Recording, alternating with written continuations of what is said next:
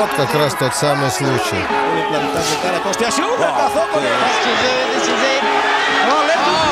90-шы жылдары кәсіпқой бокстың жұлдыздары негізінен америкалық немесе мексикалықтар болатын. Арасында Латын Америкасынан да жақсы боксшылар шығып қалады. Оно и происходит то, что... Дегенмен Кеңес одағының темір құрсауы босаған соң, кәсіпқой боксқа көптеген талантты боксшылар келе бастайды. Біз бүгін солардың бірі 63 келідегі абсолюттік чемпион Костя Цзю жайлы айтатын боламыз.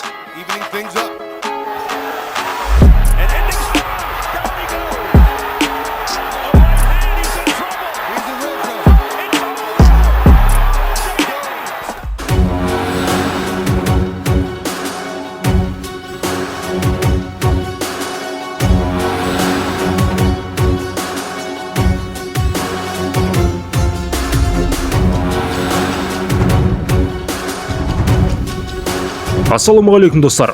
Әлемдік бокс жайлы қызықты ақпараттар беретін әлем боксинг арнасына қош келдіңіздер. Константин Цзю 1969 жылдың 19 қыркүйегінде Ресейдің Серов қаласында дүниеге келеді. Цзюдің атасы Қытайдан көшіп келген кәріс екен. Константин бала кезінде ұшқалақ тынымсыз болған екен. Оның аптығын басу үшін 10 жасқа толғанда әкесі үйіне жақын жердегі бокс залына береді. Арада 6 ай өткенде жарысқа қатыса бастаған Цзю көп өтпей жасөспірімдер арасында Кеңес одағының чемпионы атанады. Ол 19 жасында 88 жылғы Сеул олимпиадасында қатысады. Тіпті Цзю алғашқы қарсыласын алдымен нокдаунға, содан соң нокаутқа да жібереді.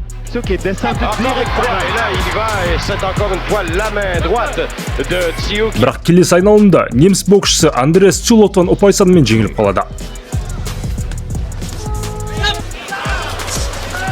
Осылайша Костя олимпиаданы аяқтаған екен, ал неміс боксшысы чемпион атанады. 89 жылы Цзю Кеңес одағының чемпионатында финалға дейін жетіп, ақтық сында қырғыз боксшысы болашақта кәсіпқойлар арасында әлем чемпионы болатын Арзубек Назаровпен жолығады. Алғашында Назаровқа тұрып тұрған нокдаун есептеледі.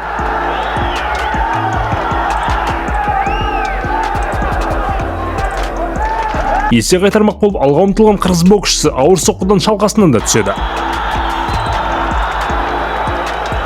Тағы бір нокдауннан соң рефери жекпе-жекті тоқтатады.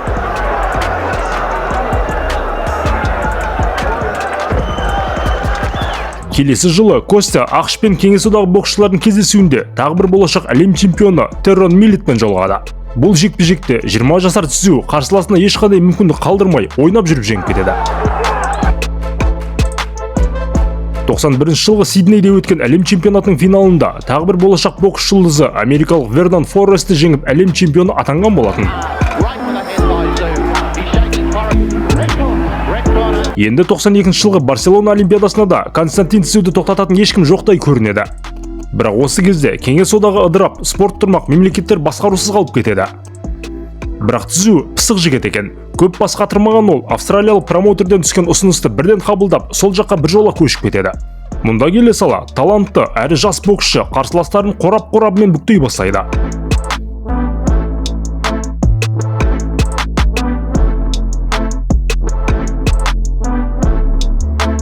Бір айта кететін жайт, австралиялық промоутерлер канадалық промоутерлерге қарағанда әлдеқайда мықты екен. Цзюдің алғашқы қарсыластарының ішінде көптеген бұрынғы және болашақ әлем чемпиондары да болады.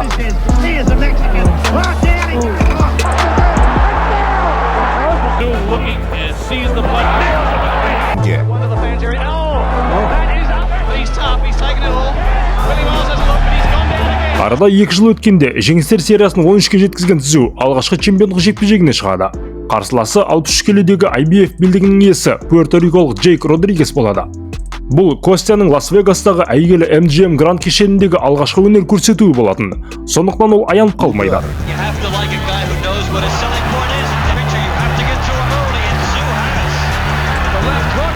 Костя қарсыласын 6 раунд ішінде тасталқан етіп алғаш рет әлем чемпионы атанады. Бұл кезде оның жасы 25-те болатын. Белдігін ол алғаш рет Роджер Мейвезерге қарсы қорғайды.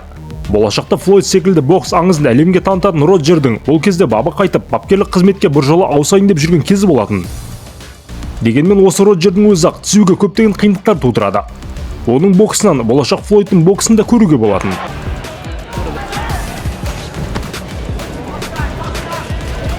them again. Let's fight. Or the right. Бұл жекпе-жекте Цзю ұпайсанмен жеңіске жетіп белгін сақтап қалады. Ал келесі қарсыласы әлі жеңіліс көрмеген Уго Пинеда бір қарағанда ебедесіз көрінгенмен соққылары ауыр екен. Оны Костя алғашқы раундта сезінеді. Нокдаун.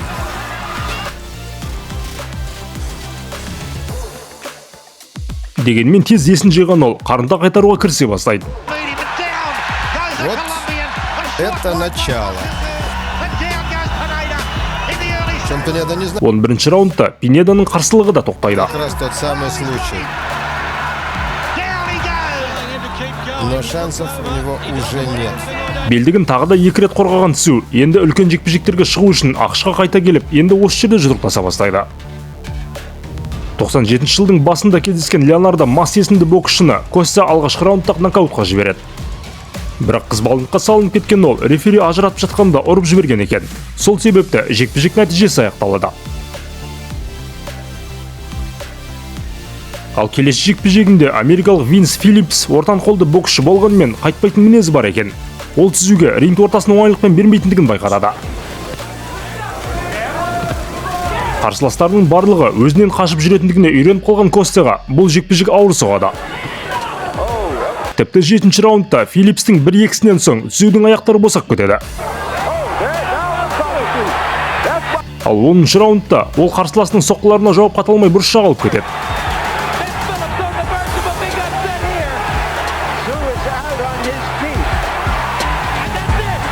Алғашқы жеңіліс Цзюге ауыр соғады.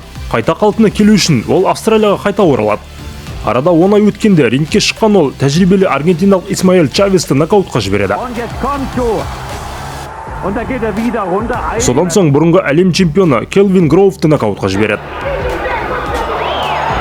Гроув осы жекпе-жектен соң мансабында аяқтаған екен.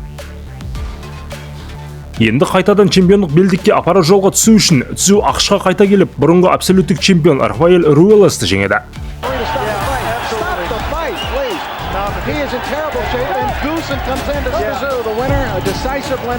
Содан соң WBC уақытша белдік үшін жекпе-жекте кубалық Диоспелис Уртадомен кездеседі. Цзю әдетінше алғашқы раундта қарсыласын нокдаунға түсіреді. Бірақ көп ұзамай өзі қарымта соққыға түсіп қалады. Вам, пожалуйста. Орнынан тез көтеріліп, қарымта қайтармақ болған Костя тағы да құлайды.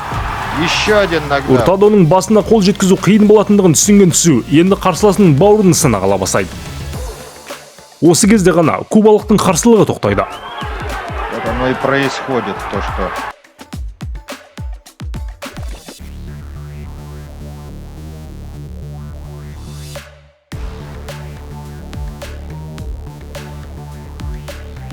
жылдың жазында Цзю енді толыққанды WBC чемпиондық белдігіне шығады. Қарсыласы осы жекпе-жектің фавориті мексикалық Мигель Анхель Гонсалес болады. Гонсалестің бапкері Абель Санчес екендігін де көруге болады. Мансабында тек бір рет қана, оның өзінде Оскар де ла Хойядан ұпайсанмен жеңілген Гонсалес лас боксшы екен. Шамасы жетпей жатқандығын сезген ол Цзюді иықпен соғып, баспен ұра бастайды. Оған Костя тура соққылармен жауап береді.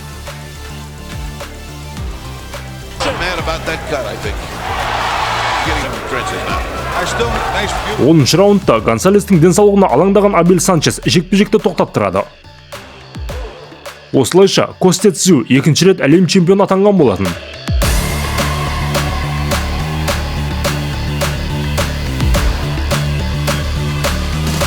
жылы Цзю белдігін мексикалық бокс аңызы Хулио Сезар Чавеске қарсы қорғайды. Бұл кезде жасы 38-ге келіп қалған Чавес мансабында 109 жекпе-жек өткізіп, 3 салмақ дәрежесінде әлем чемпионы болған екен. Алғашында Чавес жақсы қарсылық көрсетеді.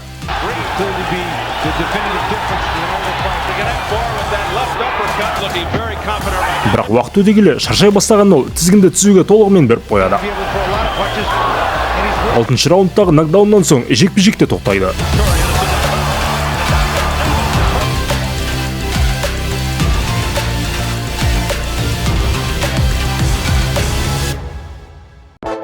2001 жылы Костя Цзюге осы салмақтағы WBA белдігінің иесі Шарымба Митчеллмен жекпе-жек ұйымдастырудың сәті түседі. 30 жасар Митчелл осы жасқа дейін 47 рет жеңіске жетіп, 2 рет жеңілген екен. Америкалық алғашқы секундтан бастап аяқты іске қосады. Бірақ оның қимылы Цзюге аса қиындық тудырмай, ол соққыларын діттеген жеріне тигізе береді.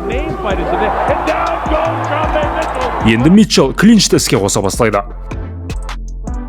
Осындай клинчтердің бірінде аяғын ауыртып алған америкалық боксшы жекпе-жектен бас тартып, Цзю 2 белдіктің иесі болып шыға келеді.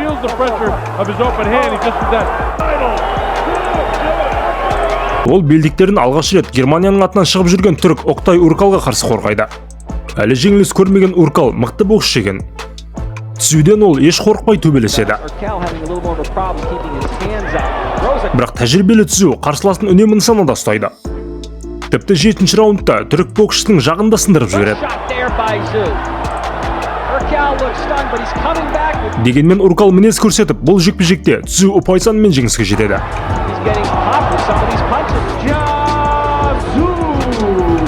Жекпе-жек біте сала, рингке осы салмақтағы 3-ші белдіктің иесі Зап Джуда көтеріледі. Әлі жеңіліс көрмеген 23 жасар Джуда сол кездің ең талантты боксшыларының бірі болатын. Тіпті Флойд Мейвезердің өзі Майк Тайсонның көшедегі інілерінің бірі саналатын Заптың көлеңкесінде еді сол кезде. Жекпе-жек бастала сала, Цзю Джуданың қандай жылдан боксшы екендігін түсінеді. Бірақ өзіне тым көп алып қойған Джуда Цзюдің қандай салқынқанды боксшы екендігін ұмытып кетеді.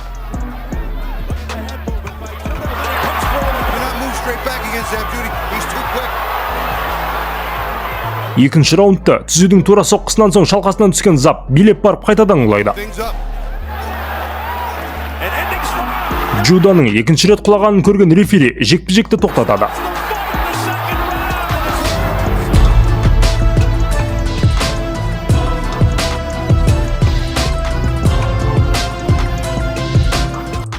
Бұған ашынған Зап тіпті рефериді ұрмақта болады. Джуда рингтің бір бұрышында сойқан салып жүргенде 3 белдікті біріктірген Костя Цзю абсолюттік чемпион атанғанын тойлап жатқан болатын. Дегенмен арада 10 жыл өткенде есі кіріп ақыл тоқтата бастаған Джуда сол қылығы үшін кешірім сұрап Цзюмен татуласқан екен.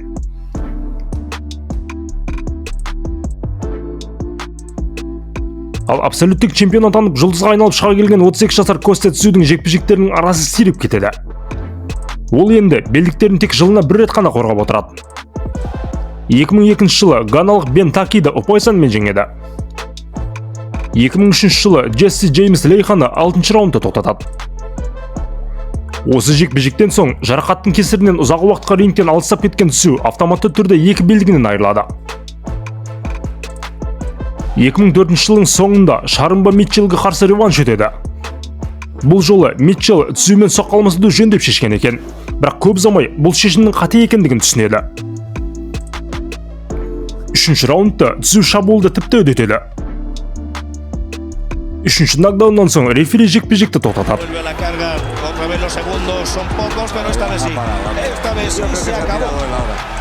2005 жылы Цзю қолындағы жалғыз белдігін міндетті қарсылас британдық Рики Хаттонға қарсы қорғайды.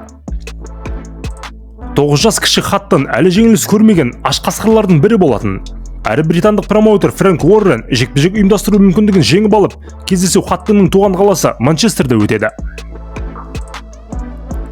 Дегенмен жекпе-жек фавориті тәжірибелі Костя Цзю деп есептеледі. Бірақ кездесу барысында Хаттонның бокспен күресті қатар қолданатын әдісі Цзюге үлкен қиындықтар тудырады. Костя арасында техникаға салып ауыр соққылармен күтіп алып отырады. Бірақ бұл жас британдықты тоқтатпайды.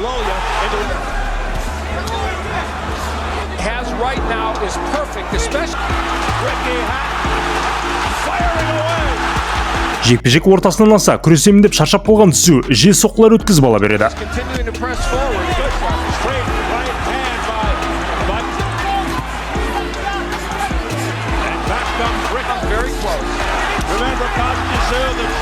Он бірінші раундтан соң үзіліс кезінде өшіп қалған Цзюдан бапкері жалғастырасың ба деп сұраған екен. Костя сұрақты жауапсыз қалдырған соң бапкері жекпе-жекті тоқтаттырады. Мұндай жеңілістен соң тоқтау керектігін түсінген 36 жасар Цзю 2005 жылы мансабын аяқтайды.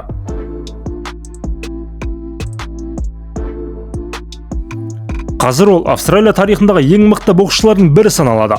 Алайда арада бірнеше жыл өткен соң Цзю әйелі мен 2 баласын тастап Австралиядан Ресейге көшіп кетеді. Қазір Цзюдің жолын Австралияда қалған 2 баласы Тимофей мен Никита Цзю жалғастырып келе жатыр. Әкесіндей талантты болмаса да, екеуі де мықты боксшылар саналады. Міне достар, Костя Цзюдің мансабы осылай аяқталған екен. Кезінде бұл боксшының жекпе-жектерін теледидардан талай тамашалаған боласыздар. Егер видео ұнаса, міндетті түрде лайк басып каналға тіркеле кетіңіздер. Сіздермен болған Әлем боксының арнасы.